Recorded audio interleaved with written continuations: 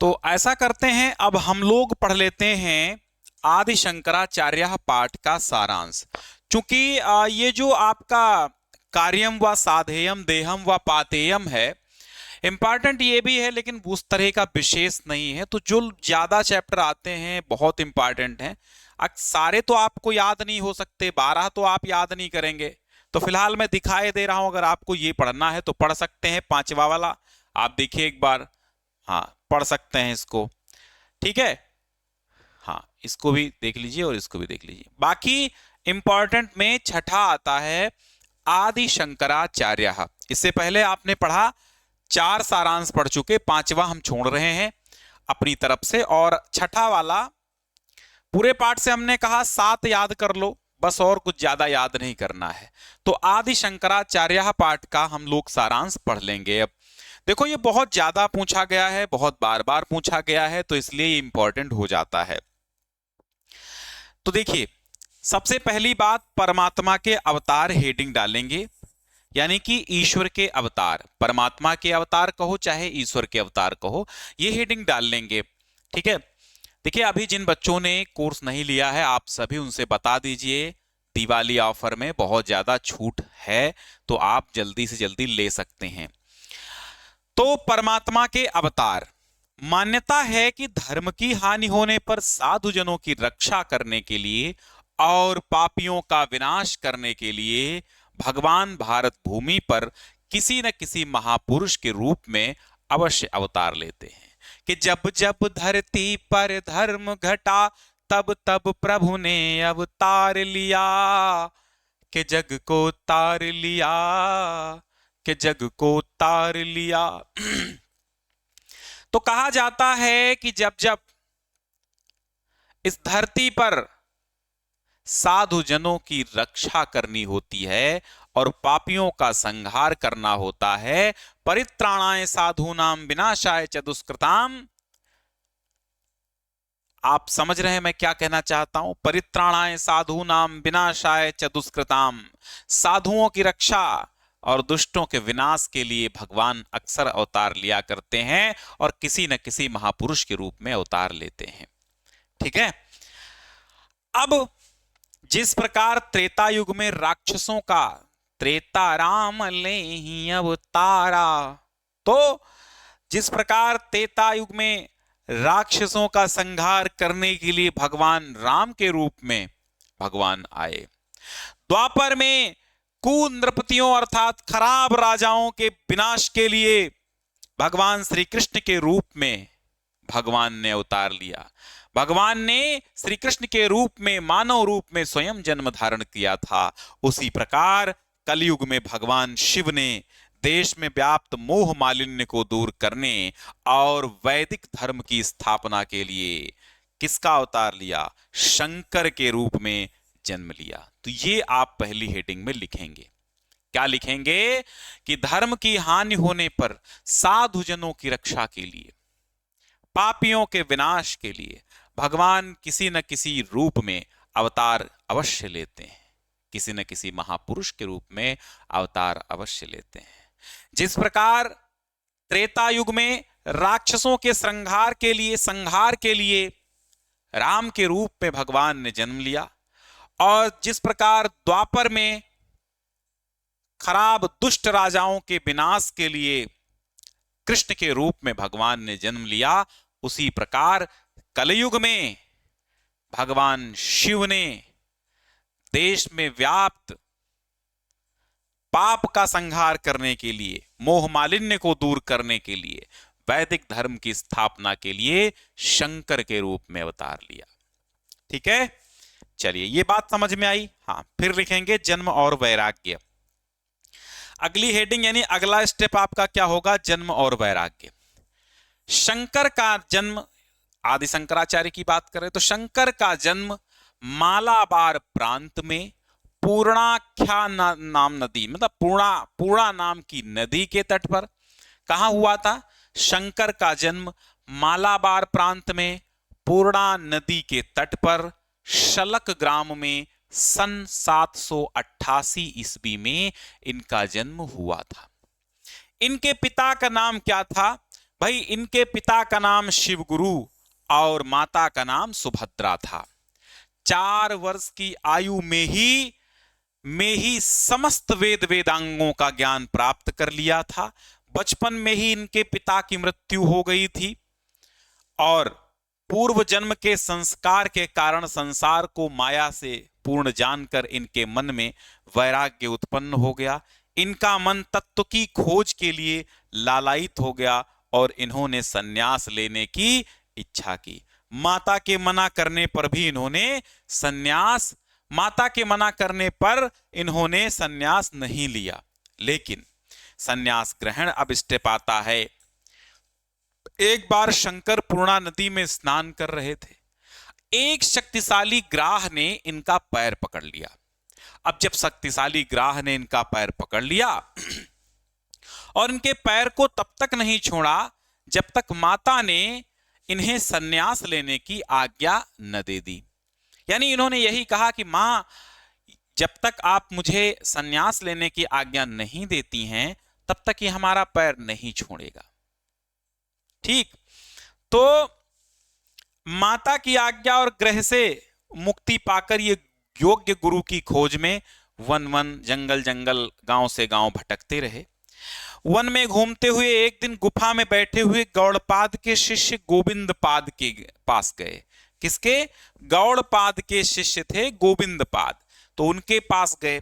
अब शंकर की अलौकिक प्रतिभा से प्रभावित होकर के गोविंद पाद ने इन्हें सन्यास की दीक्षा दे दी और विधिवत वेदांत के तत्वों का अध्ययन कराया। क्या किया कि इनकी अलौकिक प्रतिभा को देखकर गोविंद पाद ने इन्हें सन्यास की दीक्षा दे दी और विधिवत वेदांतों के तत्वों का इनको अध्ययन कराया। फिर भाष्य रचना स्टेप आती है।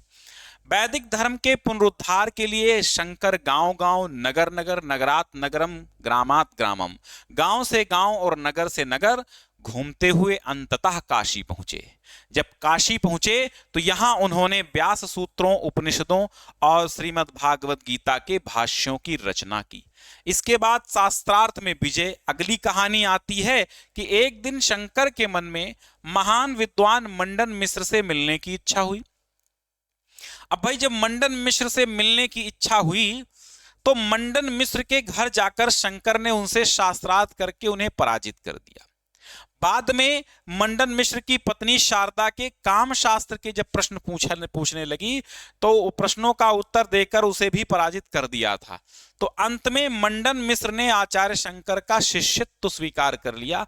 कहा, आप हमारे गुरु हैं, हम आपके शिष्य हैं।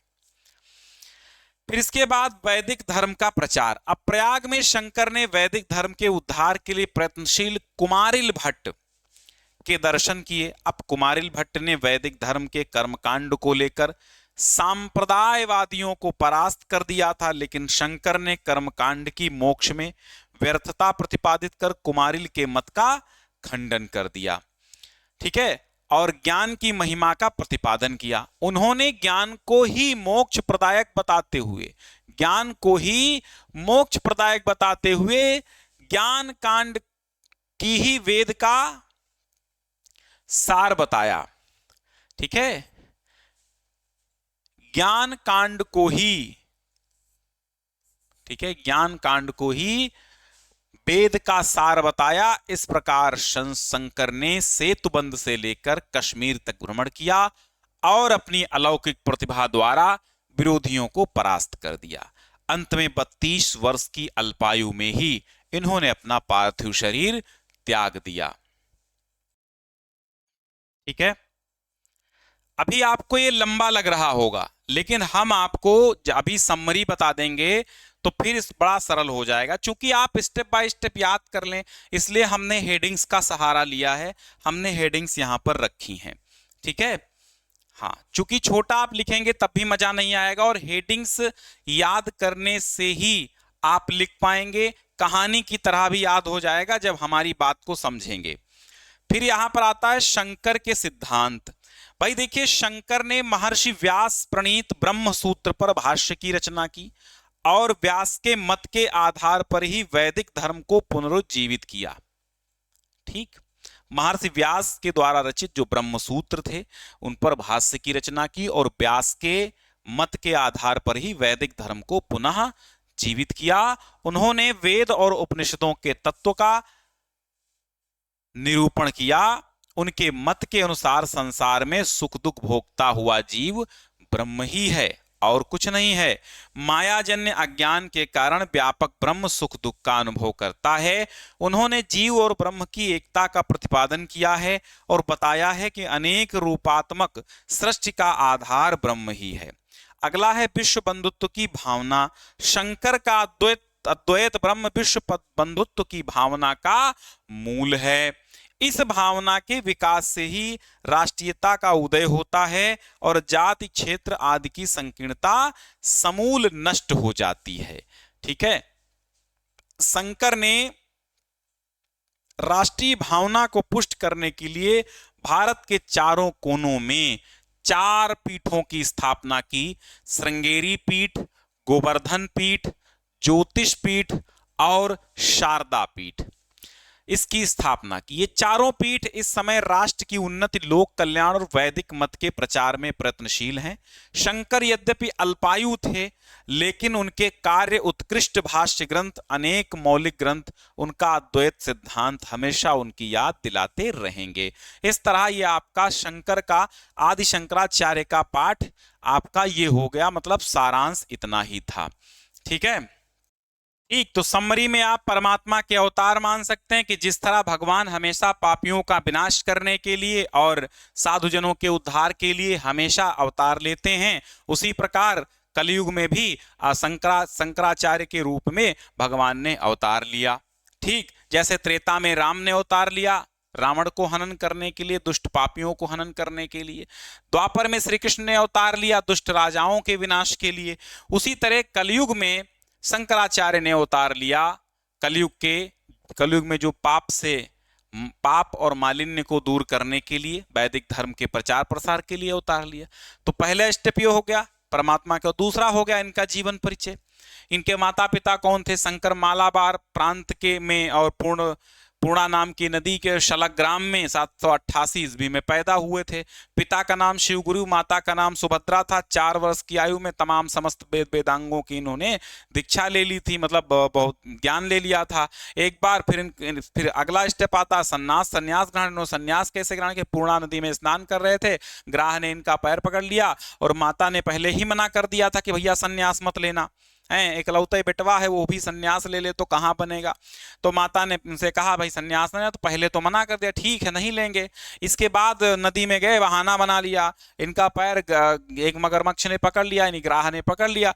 तो उसने तब तक नहीं छोड़ा जब तक इनकी माता ने सन्यास लेने के लिए उनको आज्ञा न दे दी। ये हो गया सन्यास लेने का मामला। फिर आगे आता है भाष्य। इन्होंने बहुत सारे भाष्यों की रचना की। शंकर गांव गांव जाकर नगर नगर घूमते रहे, अंततः काशी पहुंचे, वहां पर श्रीमद् भागवत और उपनिषदों पर भाष्य लिखे। फिर शास्त्रार्थ में विजय। शंकर के मन में एक दिन मंडन मिश्र से मिलने की लालसा हुई, वहां जाकर के मंडन मिश्र से शास्त्रार्थ किया, मंडन मिश्र को पराजित किया। और न्यायाधीश की पीठ पर उनकी पत्नी बैठी थी, यानी कि बीच में उनकी पत्नी थी। सो दोनों को शास्त्रार्थ में न्याय करने के लिए वो बैठी थी, मध्यिका बनी हुई, मध्यस्थ में पत्नी थी। तो जब देखा कि शंकर ने पराजित कर दिया मंडन मिश्र को, तो भाई वो पत्नी जो उनकी थी मंडन मिश्र की, उसने भी इनसे फिर शारदा उसकी पत्नी का नाम था, तो मंडन मिश्र जी की पत्नी का नाम शारदा था। तो शारदा ने कहा हमसे शास्त्र करो। अब उसने कामशास्त्र के प्रश्न पूछने शुरू कर। जब कामशास्त्र के प्रश्न पूछे तो इनको कामशास्त्र आता नहीं था, क्योंकि ये भाई ब्रह्मचर्य का पालन करने वाले व्यक्ति थे।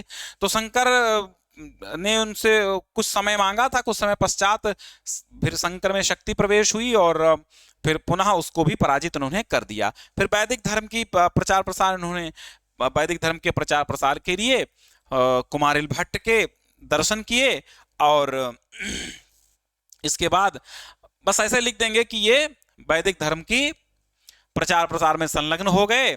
इसके बाद शंकर के सिद्धांत, शंकर ने सिद्धांत क्या क्या दिए? शंकर ने जो व्यास के द्वारा रचित ब्रह्मसूत्र था उस पर भाष्य की रचना की और व्यास के मत के आधार पर ही वैदिक धर्म को पुनः जीवन प्रदान किया एक प्रकार से, है ना। उन्होंने कहा कि जो जीव है वो ब्रह्म ही है, बस सुख दुख भोगता हुआ चल रहा है संसार में, है ना। फिर विश्व बंधुत्व की भावना, का उन्होंने सूत्रपात किया कि भाई विश्व बंधुत्व की भावना ही मूल है इस संसार में, और इसके बाद अद्वैत सिद्धांत हमेशा उनकी याद दिलाते रहेंगे। उन्होंने अद्वैत सिद्धांत की स्थापना की।